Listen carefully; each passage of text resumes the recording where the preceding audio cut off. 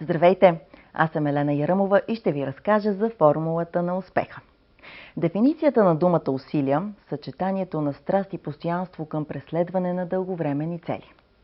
Когато гледаме Олимпийските игри, световни европейски първенства или дори постижения в сферата на филмовата индустрия, ние виждаме какво? Крайният резултат. Виждаме постижение и зад него талант. Това засилва идеята, че успехът се дължи на таланта. Обаче ключовото нещо е как ще дефинираме таланта, като нещо дадено наготово и което чакаме само да се прояви, или талантът е нещо, което е само възможност за изграждане на определени умения. Всъщност талантът означава времето, което е нужно да развием определени умения. Колкото повече талант имаме, толкова по-малко усилия полагаме, за да развием уменията си. И обратното. Колкото по-малко талант имаме, толкова повече усилия полагаме. Ако талантът е нужен, за да постигнем нещо, той изобщо не е достатъчен. Той е просто една възможност и за да се случи така, че този талант да доведе до успех, то този талант трябва да се превърне първо в умение. Пътят на превръщане на таланта в умение изисква едно много важно нещо и това е усилия. Запомнете тази формула. Талант плюс усилие е равно на умение. Определението на усилие е и количеството време, което аз посвещавам на превръщането на таланта в умение. Усилието съчетава три компонента – страст и постоянство за преследване на дълговременни цели. Значи, ако имаме 0% талант и много усилия, няма да постигнем успех.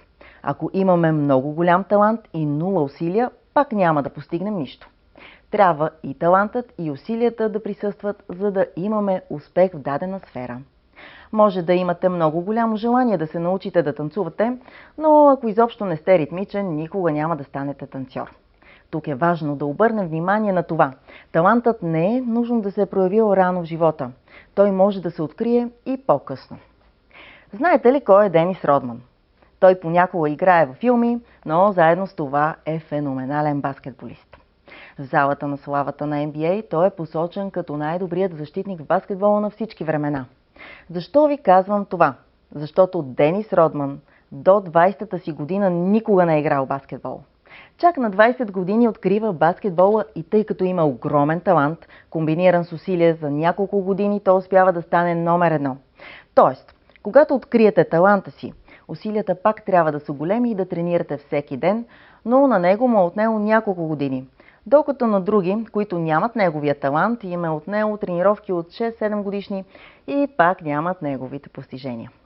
Това означава, че човек трябва винаги да е отворен към себе си, да следи в какво има най-голям талант, в какво е добър и какво му се отдава и там да насочи своите усилия.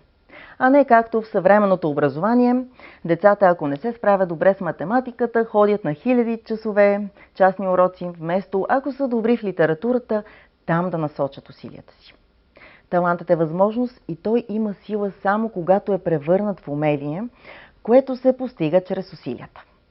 Обаче има още едно уравнение. Умението не ви гарантира успех.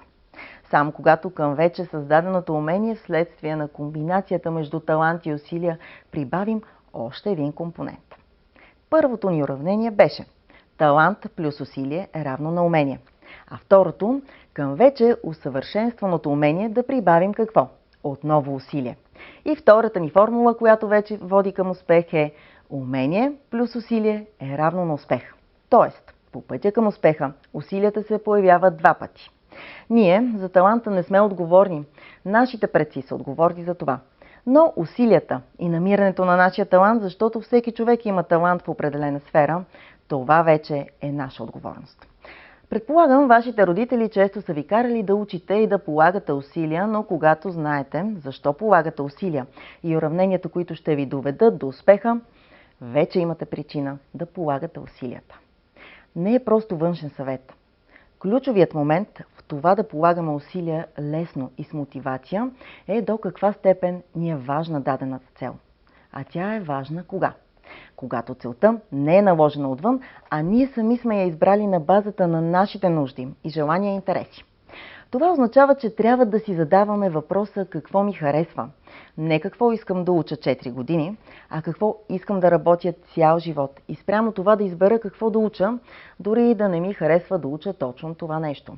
Ако искам да работя нещо, което не изисква висше образование и това е моята мечта, избирам да не кандидатствам в университет. Нищо лошо няма в това, но трябва да е съзнателен избор. Ако дадена професия изисква определени знания, също можем да си ги набавим и с курсове, и самообучение, но университетът е най-лесният начин. Питаме се също какво искам да постигна, какво искам да постигна след това, какъв талант имам и какво ми се отдава и как мога да го използвам, за да реализирам моята цел. Когато една цел е външно наложена, тя не е значима за нас, няма смисъл. Когато една цел не е значима, тогава аз не полагам усилия, за да я постигна. За да полагаме доброволно и лесно големи усилия, трябва да имаме значима цел, а целта е значима тогава, когато е избрана от мен. Значима цел означава, че тя трябва да е свързана с моите интереси и с моята идентичност. Когато това, което преследваме, е свързано с моите интереси, тогава аз започвам да полагам усилия. Тоест, страстта произхожда от и е пряко свързана с моите интереси. Без страст няма как да започне този процес. А страстта се появява, когато това, което преследвам, е свързано с моите интереси. Погълнат съм от това и не мога да си представя, че няма да го правя, това е толкова ценно за мен. А вие къде полагате най-много усилия? Вие ли избрахте целта, заради която полагате тези усилия? Намирате ли полагането на усилия за трудно? И оправдано трудно ли е, като ги съпоставите с всички блага, които ще получите от постигането на целта с тези усилия? Аз супер случайно започнах. Даже доста късно започнах на почти 17 години. Минах през доста спортове и едно голямо междучасие в училище. Един от учителите по ме спря и ме пита: ти си много висок, тренираш ли нещо? В този период не се занимавах с никакъв спорт. И той ми каза: имам един познат в школата в Пловдив, която започнах, искаш ли просто да пробваш нещо, да не си губиш времето само след училище, и така започнах. Супер на шега.